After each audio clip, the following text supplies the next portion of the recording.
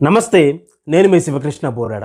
ఎంతోమంది యోగులకు, ఎంతోమంది మహాత్ములకు ధైర్యాన్ని అందించినటువంటి భగవద్గీతలోని అత్యంత గొప్ప శ్లోకం కర్మణ్యేవాధికారస్తే మా ఫలేషు కదాచన మా కర్మ ఫలహేతుర్భూ మాతే సంగోస్త్వ కర్మని.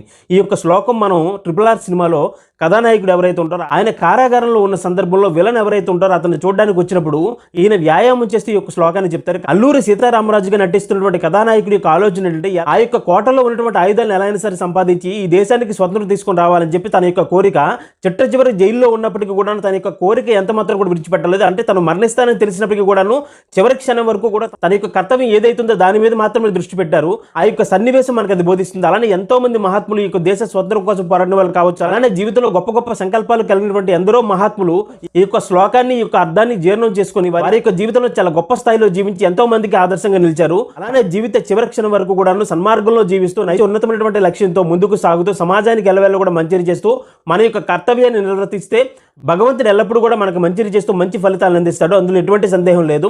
ధన్యవాదాలు. జై హింద్.